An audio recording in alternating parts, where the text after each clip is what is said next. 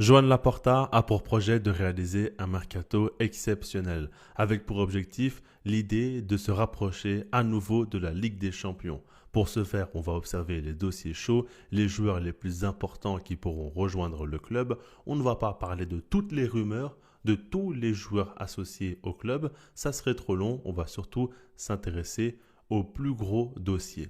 Avant de commencer, je vous lance un défi qui serait de dépasser les 600 likes. Souvent, on est autour des 500, mais là, je pense qu'on pourrait le faire. Pourquoi pas exploser la barre des 600 likes? Ça me ferait très plaisir et ça m'aiderait énormément pour la suite. Commençons dès maintenant par le dossier du défenseur central. Et vous le savez, il y a un nom qui ne cesse de ressortir dans la presse, c'est Alessandro Bastoni. Il y aurait un accord entre le Barça et le joueur par rapport à son contrat personnel. Maintenant, il faudrait trouver un accord avec le club, l'Inter Milan. Et par rapport à ça, on entend dire qu'il pourrait y avoir un transfert pour 55 millions d'euros plus un joueur du Barça. Et l'Inter serait intéressé par Hector Fort, mais sinon, ça serait une demande autour de 70 millions d'euros. C'est ce que l'Inter demande au début des négociations. Donc ça pourrait un petit peu diminuer et je trouve que si ça se fait entre 60 et 65 millions, ce serait pas si mal non plus par rapport aux prix globaux du marché des transferts. Mais ce que j'aimerais dire par rapport à Bastoni, avant qu'on s'intéresse à son cas d'un point de vue sportif, aujourd'hui j'entends beaucoup de gens dire qu'il faut un jeune défenseur comme par exemple Van de Ven, qui est un joueur que j'apprécie beaucoup et je ne vous cache pas que son profil me paraît extrêmement intéressant et peut-être même plus compatible au style du Barça d'Hansi Flick. Mais le problème, c'est qu'il est très jeune, c'est qu'il n'a encore jamais joué en Ligue des Champions, jamais eu de compétition internationale aussi, et puis ça reste un joueur qui se blesse assez souvent. Je trouve que c'est des défauts qui sont assez conséquents et le Barça ne peut pas se permettre de prendre de tels risques.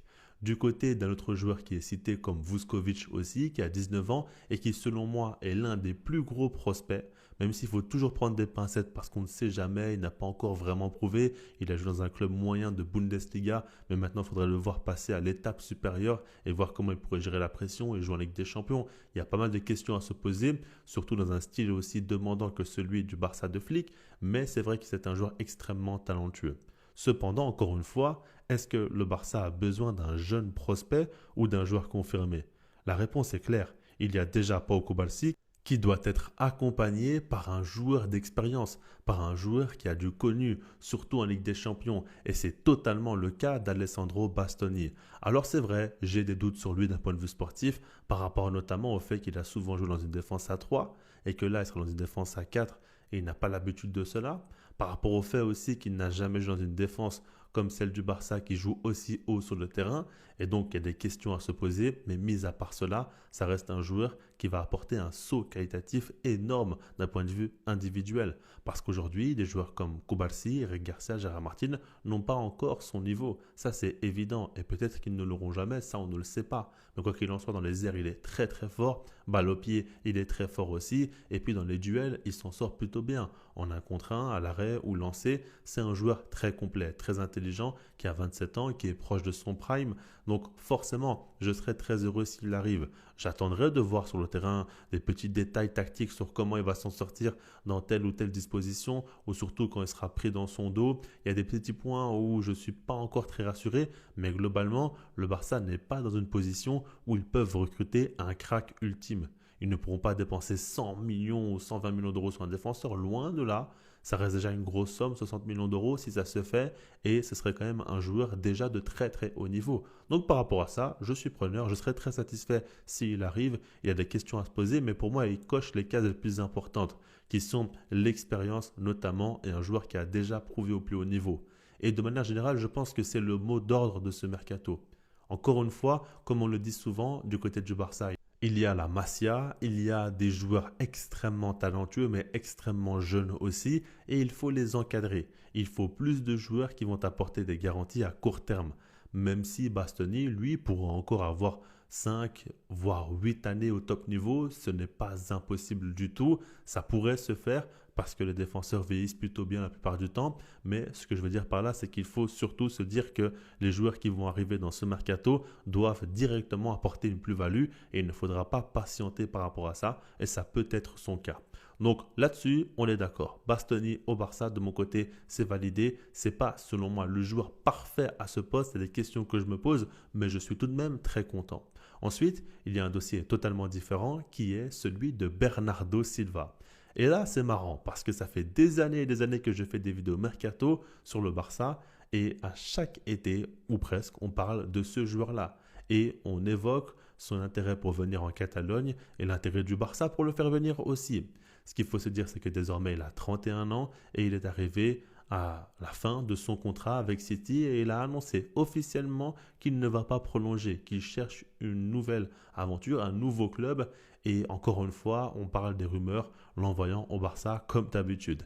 Par rapport à ça, il n'y a encore rien de concret, mais vu que c'est un joueur qui n'a plus de contrat, ça peut se faire rapidement. Il faudra voir la prime qu'il va demander et son salaire, c'est très important, mais ça reste un joueur ciblé par le Barça.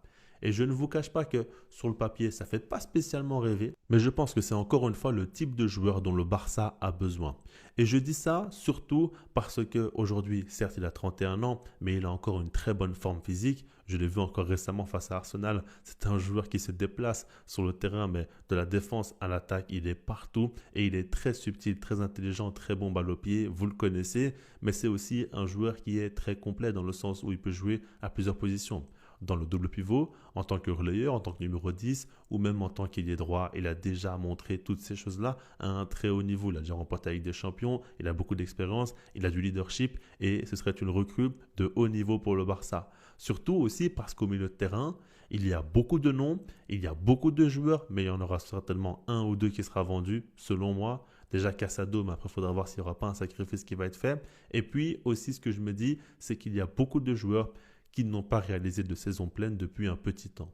Hormis Pedri, il y a des joueurs comme De Jong, Bernal, Gavi qui se blessent régulièrement. Même Dani Olmo, il est souvent blessé et par rapport à ça, il te faut un joueur qui t'apporte des garanties, qui se blesse moins souvent et un joueur qui peut assurer à plusieurs postes. Parce que souvent du côté du Barça, dès qu'il y a un blessé, le remplaçant n'est pas trop au niveau. Généralement, c'est ce qui se passe. Et Bernardo, lui, pourrait faire du bien. Et puis souvent, on dit que les joueurs sont cramés, ils enchaînent trop, mais si tu as des remplaçants plus fiables, tu peux espérer mieux. Mais là, je pars du principe où Bernardo Silva sera un remplaçant, mais après, attention, il peut aussi prétendre à une place de titulaire. Ce n'est pas impossible, surtout s'il y a un retour au 4-3-3, je pense qu'il pourrait faire beaucoup de bien. Quoi qu'il en soit, vous l'aurez compris, c'est un joueur d'expérience qui a encore un haut niveau et qui pourrait faire gonfler l'effectif, sans pour autant le signer pour 5 ans, bien évidemment. Un contrat avec 2 ans plus une en option, je trouve que c'est très gagnant pour le Barça et ça pourrait faire l'affaire. Maximum 3 ans, mais pas plus. Et je pense que là, ce serait très intéressant. Et Bernardo Silva au Barça, ça pourrait peut-être se faire. En tout cas, je pense que c'est le dernier mercato où on pourrait l'espérer. Et après ça, ce sera plus possible. On va passer maintenant au prochain dossier et cette fois-ci, il est encore différent. On va passer du coq à l'âne parce qu'on va parler cette fois-ci de Rafael Leao. Et sa situation, elle est atypique. Aujourd'hui, il est mis de côté à l'AC Milan. En tout cas, on évoque un potentiel départ pour 50 millions d'euros. Et comme pour Bernardo Silva, c'est un joueur qui est souvent lié au Barça. Laporta apprécie beaucoup le joueur et le club recherche un ailier gauche. On sait que Rafinha est le titulaire, mais il se blesse assez souvent et il faut avoir un remplaçant fiable à ce joueur-là. Et Rafael Leao est un joueur qui coche pas mal de cases parce qu'il est très talentueux, parce qu'il est très fort dans le 1 contre 1 et parce que c'est un profil différent aussi. Ce serait bien d'avoir un ailier intérieur comme Rafinha et un ailier déstabilisateur le long de la ligne de touche comme Rafael Leao. Mais le problème dans tout ça, c'est que c'est un joueur qui va arriver sur ses 27 ans et qui n'a jamais confirmé son véritable potentiel. Et ça, c'est quelque chose qui me dérange parce que, ok, il est très talentueux, ok, techniquement, il peut faire rêver et quand il est dans un grand soir, il peut faire mal à n'importe quelle équipe et peut dribbler n'importe quel joueur en 1 contre 1. Là-dessus, il n'y a pas de doute. Maintenant, ça ne suffit pas dans le football. Il y a un gap à avoir entre la qualité individuelle, le talent et la personnalité. Et puis aussi, quand tu as une telle nonchalance, quand tu n'aimes pas défendre et faire les efforts sans ballon, c'est problématique. Alors peut-être qu'il va arriver au Barça et avec l'exigence du club, celle d'Hansi Flick, qui pourra changer de mentalité. En changeant de club et d'air, il pourrait se dire que cette fois-ci, il n'a pas le choix de se bouger pour devenir un top joueur comme il était promis à le devenir. Ce n'est pas impossible, mais c'est un pari. Et un pari à plus de 50 millions d'euros pour un joueur qui aura un fort salaire, moi je ne suis pas trop fan. Moi, je n'ai pas trop envie de miser là-dessus. Peut-être que ça va fonctionner et ça a le potentiel pour, mais il y a tellement de questions à se poser. Ça me fait penser au final un petit peu à Rashford, mais Leao stade beaucoup moins que lui. Donc ok, il est 2 ans plus jeune que Rashford, mais il apporte moins de statistiques brutes. Et puis, ça reste un joueur tout de même qui, encore une fois, a les mêmes défauts. Donc moi, je ne suis pas fan du tout et je pars du principe où Leao au Barça, ce n'est pas mon idée, ce n'est pas ce que je veux pour le Barça et je ne suis pas du tout pour. Dites-moi en commentaire si vous êtes d'accord ou non avec moi. Est-ce que vous me trouvez trop dur ou bien vous êtes d'accord aussi? Parce que en soi, je pense qu'aujourd'hui, on minimise un peu trop l'impact qu'un joueur peut avoir dans le jeu sans ballon. On parle beaucoup des qualités techniques, de ce que le joueur peut apporter balle au pied, mais le jeu sans ballon dans le football moderne est tout aussi, voire même limite plus important. Aujourd'hui, on en parle énormément. Le pressing, le contre-pressing, les efforts, les replis défensifs. Et si ce n'est pas bien fait, ça laisse des espaces trop importants et ça cause du tort à son équipe. Donc c'est pour ça que je ne suis pas pour. On va passer maintenant au dernier joueur de la vidéo qui est Julian Alvarez. Et cette fois-ci, on parle d'un dossier quand même bouillant. Ce qu'il faut se dire, c'est que ce n'est pas nouveau, les rumeurs ne sont pas tombées à la veille. On sait très bien que c'est un joueur qui intéresse le Barça depuis un long moment. Il y a eu pas mal de questions qui lui ont été posées. Il a toujours entrouvert la porte. Il n'a jamais fermé totalement l'idée de rejoindre le Barça, alors que ça fait longtemps que les rumeurs tournent. On a bien compris que lui, de son côté, il serait favorable. Maintenant, par rapport à l'Atlético Madrid, eh bien, il faut se dire que certainement, ils demanderont plus de 100 millions d'euros. Ça ne m'étonnerait pas qu'ils en fassent tout autant que pour Griezmann à l'époque, c'est-à-dire demander 120 millions d'euros. Et ça va coûter extrêmement cher. Et le Barça ne voudra pas dépasser la somme symbolique des 100 millions d'euros. Donc par rapport à ça, je ne vous cache pas que j'ai du mal à y croire. Je n'arrive pas à me dire que le Barça va recruter Bastoni plus un joueur comme Alvarez, un top défenseur et un top attaquant. Comme je vous l'avais dit, selon moi, ça sera surtout soit un top défenseur, soit un top attaquant, mais pas les deux. Je peux me tromper et j'espère me tromper, mais j'ai du mal à y croire. Surtout pour Alvarez, parce que l'Atlético Madrid est un club difficile de négociation, surtout d'un point de vue historique avec le Barça. Ça n'a jamais été simple et le Barça a toujours été perdant au final. Donc c'est quelque chose, moi, qui m'inquiète un petit peu. Et je me dis qu'ils ne vont surtout pas faire de cadeaux au Barça, donc c'est pour ça que je n'y crois pas. Maintenant, si on parle de sportif, imaginons que ça se fasse réellement, je vais vous donner mon avis. Parce qu'il y a des gens tout de même qui disent que même si ça peut se faire, ils ne sont pas intéressés. Et l'argument premier qu'on entend, c'est les stats. On entend dire que le Barça a besoin d'un neuf qui plante beaucoup de buts et que Alvarez n'en est pas vraiment un. Et je comprends cet argument. Alvarez n'est pas le joueur qui te garantit 30, 40 à 50 buts par saison. Ça c'est sûr, il ne l'a encore pas réellement fait dans sa carrière. C'est vrai. Maintenant, il faut tout de même contextualiser. Pour moi, Alvarez du côté de City, quand il est arrivé, c'est son premier club européen et là-bas, il avait Erling Haaland en tant que concurrent. Le truc, c'est que souvent, il jouait dans le demi-espace droit avec Haaland en tant que numéro 10, disons ça comme ça, dans le rôle actuel de Fermin Lopez. Donc, il était plus reculé, plus loin du but. Et les stats n'étaient pas très importantes. Quand il jouait en neuf, c'était plus rare parce qu'Haaland monopolisait le temps de jeu à City. Et donc là-dessus, on ne sait pas trop s'y fier. Si on regarde du côté de l'Atlético Madrid, cette fois-ci, il a joué beaucoup plus souvent dans une attaque à deux, mais dans le cholismo. On le sait. Ok, aujourd'hui, ça joue beaucoup plus de football qu'à l'époque et c'est moins défensif que ça l'était, mais ça reste tout de même une équipe qui ne prend pas non plus énormément de risques et qui joue un football ultra spectaculaire à chacun des matchs. Ça, on le sait. Donc, il n'a pas eu un contexte favorable pour montrer toutes ses qualités. Il n'a pas pu atteindre son plein potentiel encore une fois. Et je suis persuadé qu'au Barça, dans un style ultra offensif, il pourra se régaler. Il a joué dans le City de Pep Guardiola et a été extrêmement fort. Au Barça, il pourra facilement s'acclimater. C'est un joueur des grands matchs. Il l'a montré en Coupe du Monde, il l'a montré en Copa América, en Ligue des Champions, en Liga face au Barça, au Real Madrid. Il l'a suffisamment prouvé. Et puis, c'est un joueur qui, je suis persuadé, pourrait marquer sa trentaine de buts. Ça ne m'étonnerait pas au Barça, avec un style plus offensif, encore une fois, il pourrait y arriver, parce qu'il n'est pas encore arrivé à son plein potentiel.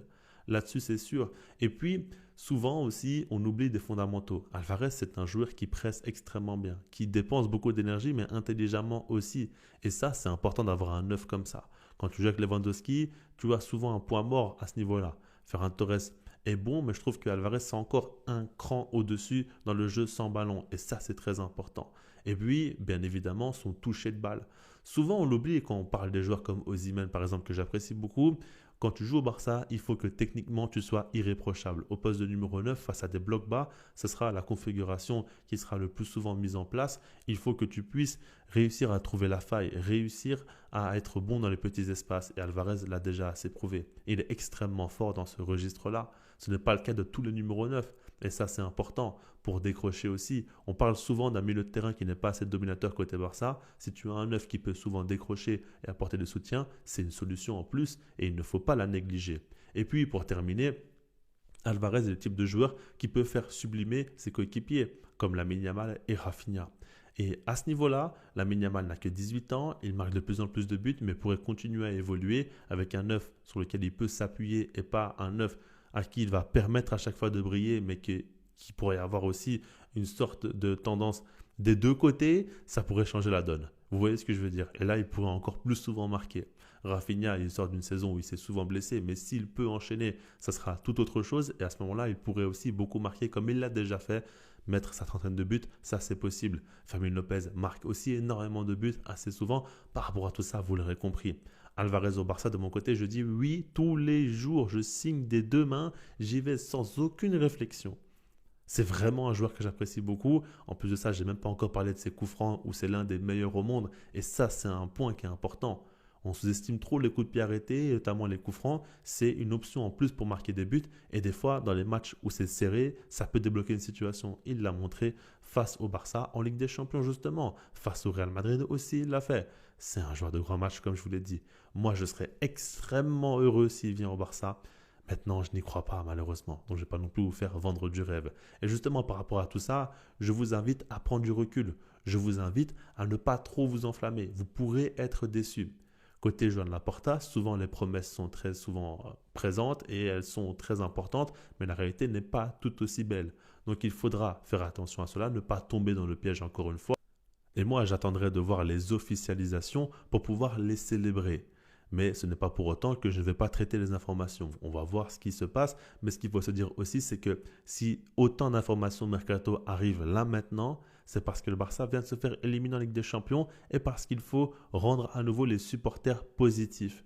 C'est toujours comme ça que ça marche. Le timing n'est pas un hasard. Ils savent très bien ce qu'ils font les médias. Et souvent les médias, les informations, elles viennent du club en lui-même. Et le club est intelligent.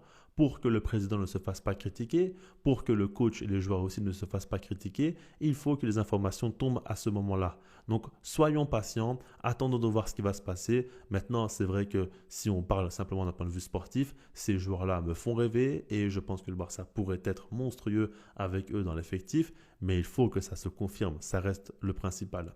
D'ailleurs, pour ceux qui sont restés jusqu'au bout, dites-moi en commentaire si vous êtes intéressé ou non à l'idée que je fasse une vidéo mercato idéale.